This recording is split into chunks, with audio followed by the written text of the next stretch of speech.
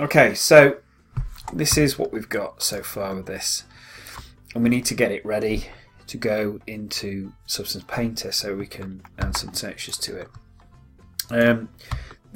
Through the things we've done, I found a few issues with it which I'll have to fix, and we need to set this up in such a way that it's going to be easy to paint on, but it will capture like ambient occlusion data where we want, things like that. I'm going to start off by just quickly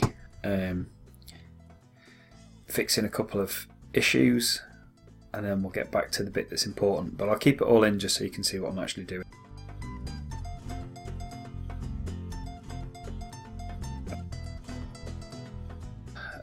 I'm just going to attach that's.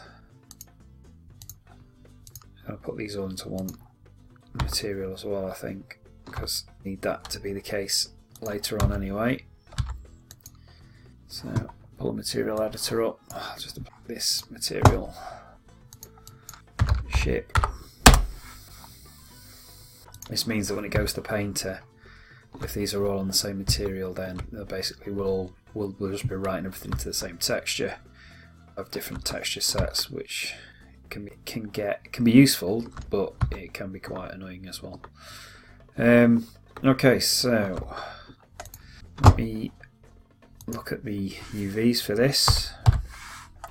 So I'm going to apply an unwrap UVW. User come through. Let's open that in the editor. They're not too bad, but there's this part here which is a bit broken. So if we grab it, pull it out, that needs to be fixed.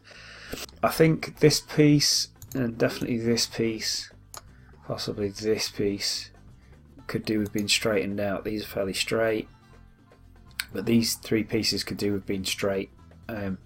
Mainly because when we take it into Substance, I'm going to paint a normal map detail, like split lines and stuff over the top of it, and I just think it's a bit neater and it's a bit easier to work with if these are kind of pointing in the direction I feel like they should be pointing.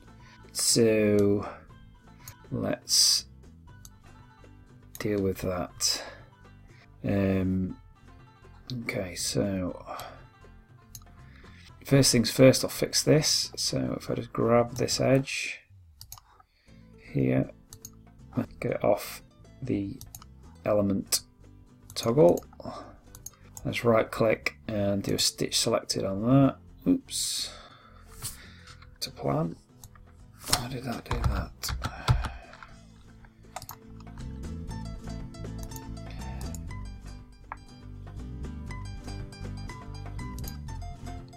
Right, so I switch the biasing down to 0 and then it brings it to it.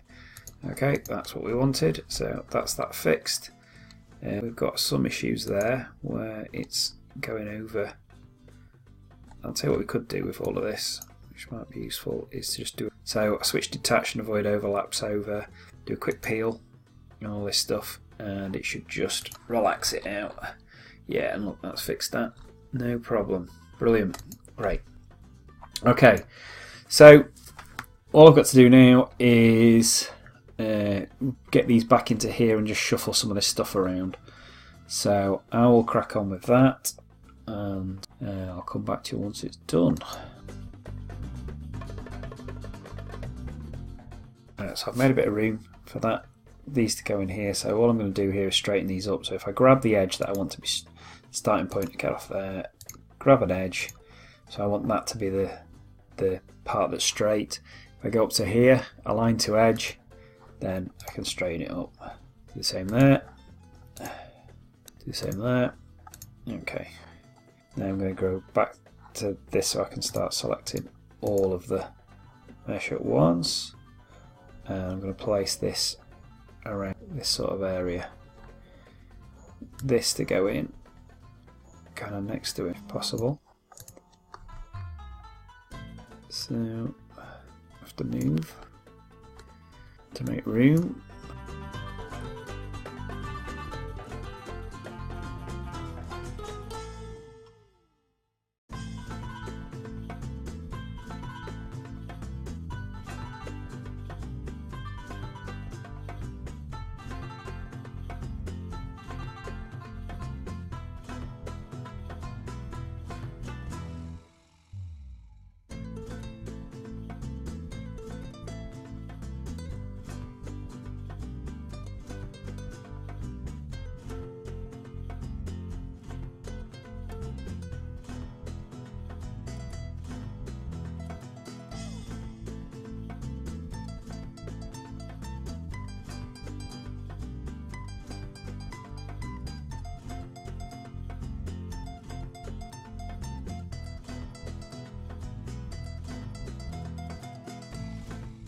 Okay, I'm going to go with that. There's a bit of extra space in there that I would like to have used a bit more of, but to be fair, if I've got any extra bits that I need to add, I can add them. So it should be fine.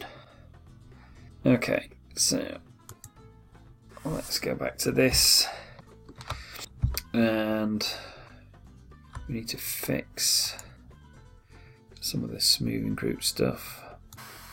Let's detach it and see what's going on. Oh yeah, there we go, detach it is fine. Well, that's fine. Things don't have to be connected anyway, so I've detached it and now it will behave. I think it's a quirk more of Macs than anything else. I've noticed in more recent versions of Macs it seems to be really temperamental when it comes to smoothing groups. Okay, so let's take this and let's auto smooth it and see what it looks like. So what we're getting is we're getting a hard edge on there, which is fine because I think that will read reasonably well at this sort of distance, and then soft transition everywhere else. Yeah, that's fine. Okay, let's leave that at that. Well, I think we may need to do this for the rest of these objects. So let's select this again and select by element.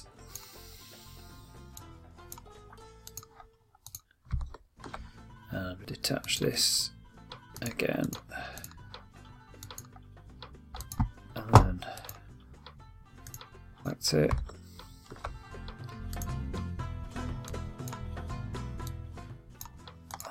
Pull this out, be easier to work with. And then auto smooth it and see what it looks like. So I might grab all of those.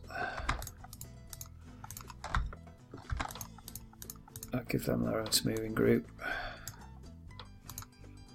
And that creates a harder edge between those two, which is cool. A softer transition to that. Hard transition.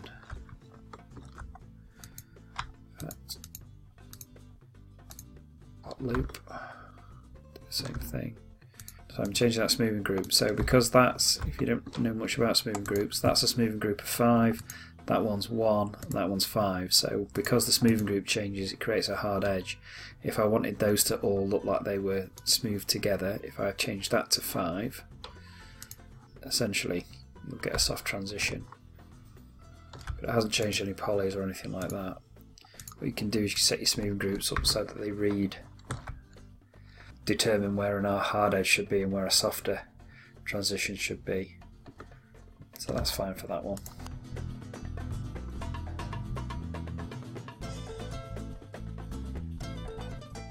And has it fixed those issues from before? It appears it has.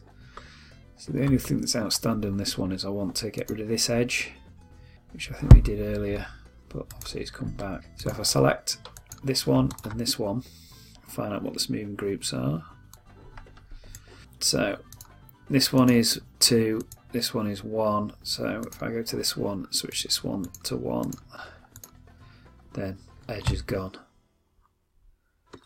Okay, hard edge there is fine, all that stuff's fine, but the rest of it's soft, that's fine. Okay, cool. So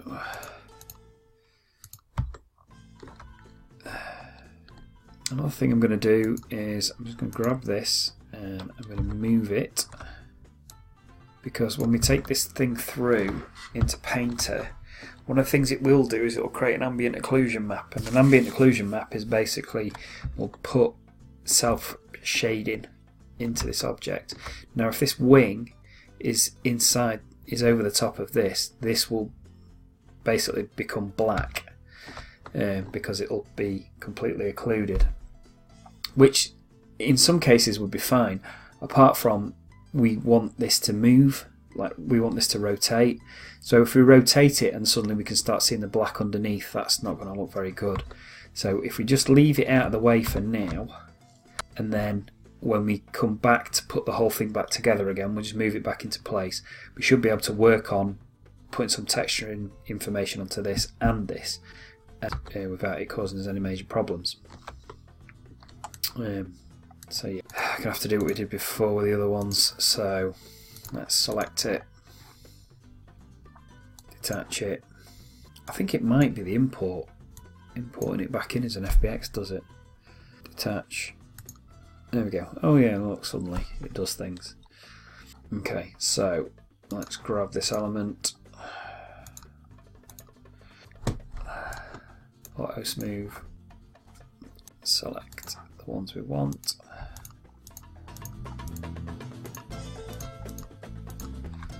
And we'll put those in a different. We get that hard edge around there. We're just going to make that like a design feature. That should read reasonably well. I'm going to do the same underneath it. Let's see where we are. Put it in a different smoothing group. And then yeah. So it's smooth everywhere else, it's just got this hard edge to it. Which is cool. I like that. So that will look good. This one I'm going to do as I did before. Detach it. I'm then going to grab it. Going to auto smooth it. I'm going to have a look at it and see what it looks like. It's really a bit strange the way it's smoothed that. It's kind of odd. If I decrease the angle 20 and do an auto smooth, grab all of it. Yeah, that's probably a bit closer to what we actually want.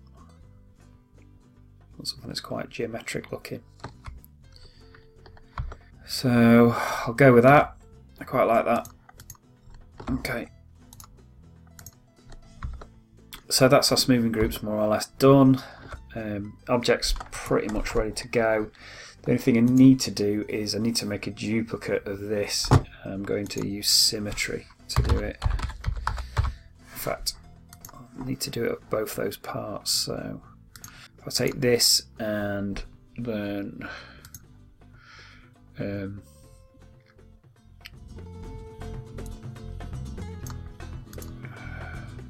this as well, I want both of those, then I can add symmetry to that, flip it, and I've got these two parts, these two parts. I'm not going to apply symmetry to this one, mainly because I don't need it, because I can just duplicate this thing once the texturing's done. These ones, the reason why I'm putting these in now is mainly for the ambient occlusion. If you look at underneath this, basically where this ship is, this kind of intersects with it, and that means that I'm going to get some shadow information and things like that coming through onto that, and I need that on both sides of the ship. So it's almost like I need this shadow information more than I need the duplicate, because these are using the same UV, so whatever I paint onto this one will turn up on this one anyway. And the same goes for these. But again, I need this sort of information, shadow information that goes around here that connects these two things together. Hopefully that'll become more clear if it's not at the moment. So anyway, yeah, there we go. So it doesn't matter that these things aren't joined together, but it does matter that they're all on the same. They're all using the same material. So I can take this and I can export.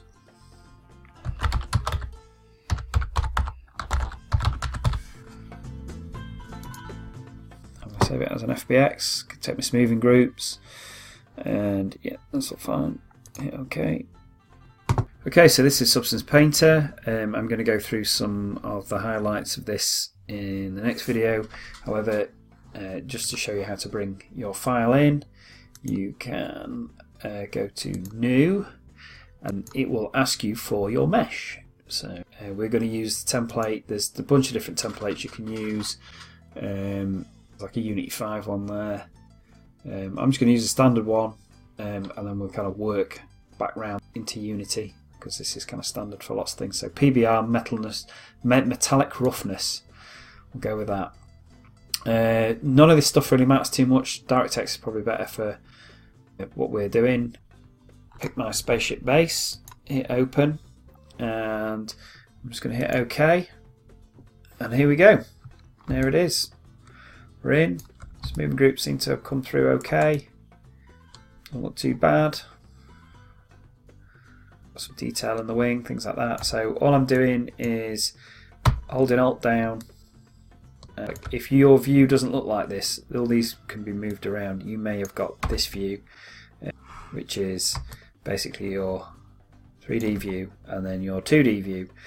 All I've done there is hit F1 to get that, F2 to just get the 3D view, F3 to just get the 2D view. But Alt, left click, lets you orbit round. Alt, middle mouse button in Japan. Alt, right mouse button zooms out. So nothing too unusual, nothing you've probably never seen before. But yeah, there we go. We've got our model in.